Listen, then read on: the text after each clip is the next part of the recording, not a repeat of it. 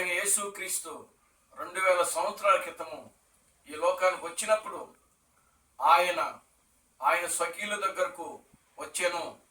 ఆయన స్వకీయులు ఆయనను అంగీకరించలేదని వాక్యములో రాయబడింది.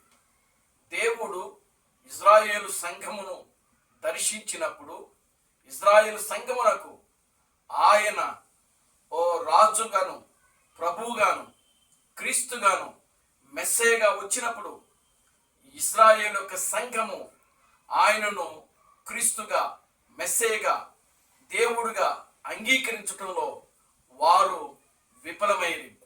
యేసును వాళ్ళు శిలువ మరణమునకు అప్పగించారు. ఈనాడు ప్రభువైన క్రీస్తు బ్రహ్మము అన్యుల సంఘానికి క్రీస్తుగాను, దేవుడుగాను, ప్రభువుగాను, రాజులకు రాజుగాను, మెస్సేగా ఆయన వచ్చినప్పుడు ఈ యొక్క అన్యుల సంఘమైనటువంటి క్రైస్తవ సంఘము కూడా ప్రభువైన క్రీస్తు బ్రహ్మమును వాళ్ళు తృణీకరిస్తున్నారు. ఆనాడు ఇజ్రాయేలులకు ఏ యొక్క పరిస్థితి అయితే ఏర్పడిందో ఈనాడు ఈ అన్య ప్రపంచమైనటువంటి క్రైస్తవ సంఘానికి కూడా అదే పరిస్థితి జరగబోతున్నది.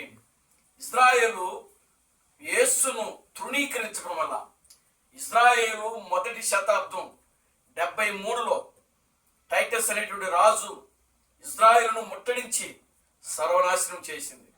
అలాగనే ఈ అన్య ప్రపంచము కూడా ప్రభువైన క్రీస్తు బ్రహ్మమును రాజుగాను, క్రీస్తుగాను, మెస్సయ్యగాను, దేవుడుగా అంగీకరించకపోవటం వల్ల ఈ అన్య ప్రపంచమైనటువంటి క్రైస్తవ సంఘము కూడా దేవుడు అగ్నికి అప్పగించబోతున్నాడు.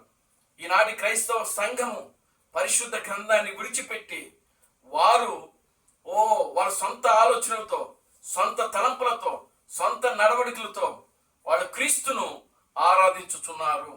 కనుక దేవుడు ఖచ్చితంగా ఈనాడు ఈ క్రైస్తవ ప్రపంచానికి తీర్పు తీర్చబోతున్నాడు.